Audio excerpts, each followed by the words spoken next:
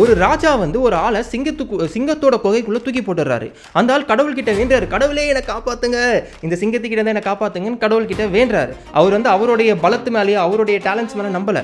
என்ன ஆக்சுவலாக நான் வந்து இத்தனைக்கும் அந்த ஆள் வந்து ஒரு மினிஸ்டரா. அவர் வந்து அந்த மினிஸ்டர் வந்து அந்த அவர் பேர் டாரியஸ்ன்னு நினைக்கிறேன் அந்த அரசர் பேர்.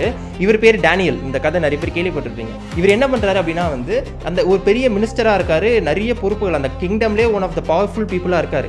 அதனால இவருக்கு பிடிக்காதவங்களாம் என்ன பண்ணுறாங்க அப்படின்னா அரசர்கிட்ட போயிட்டு இவரை பற்றி தப்பா போட்டு கொடுத்துறாங்க.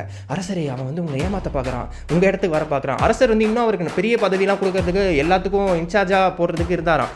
அப்போ தான் இவனுங்களாம் போயிட்டு என்ன பண்ணுறாங்க, அரசர்கிட்ட இந்த மாதிரிலாம் தப்பாக இவனை பற்றி சொல்லி அரசருக்கு கெட்ட பேர் வர வச்சிடறாங்க இந்த டேனியல் மேலே.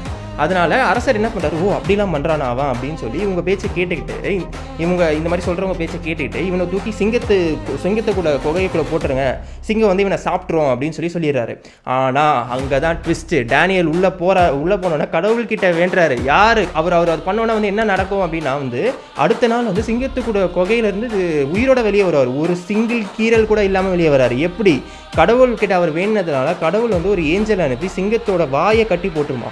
ஸோ நீங்கள் வந்து நம்ம கூட நம்ம லைஃப்பில் கடவுளை உண்மையாக நம்பணும் அப்படின்னா வந்து எந்த ஒரு சிங்கமாக இருந்தாலும் எவ்வளோ பெரிய மான்ஸ்டராக இருந்தாலும் வந்து நம்மளால் அதோட அந்த குகைக்குள்ளேயே போயிட்டு வந்து ஒரு சிங்கிள் கீரல் கூட இல்லாமல் வெளியே வர முடியும். இஃப் யூ பிலீவ் 100%, அதுதான் உண்மை. ஸோ வந்து அதுக்கப்புறம் இந்த அரசர் வெளியே வந்ததுக்கப்புறம் ஓ மை காட், அப்போ கடவுள் வந்து இவரை காப்பாற்றிருக்காரு அப்படின்னா இவன் தான் நல்லவன் போலப்பா, என்னை மன்னிச்சிரியா அப்படின்னு சொல்லி கடவுளையும் ப்ரைஸ் பண்ணிவிட்டு இவனுங்க இந்த மாதிரி போட்டு கொடுத்தானுங்க பார்த்தீங்களா, இவனை பூச்சி சிங்கத்தை குகைக்குள்ளே போடு அப்படின்னு சொல்லி தூக்கி போட்டுடுறாங்க.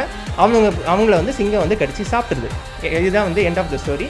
ஸோ உங்களுக்கு வந்து புரிஞ்சிருக்கோன்னு நினைக்கிறேன். நன்றி, வணக்கம். நான் Richard Ashwin. Love you all.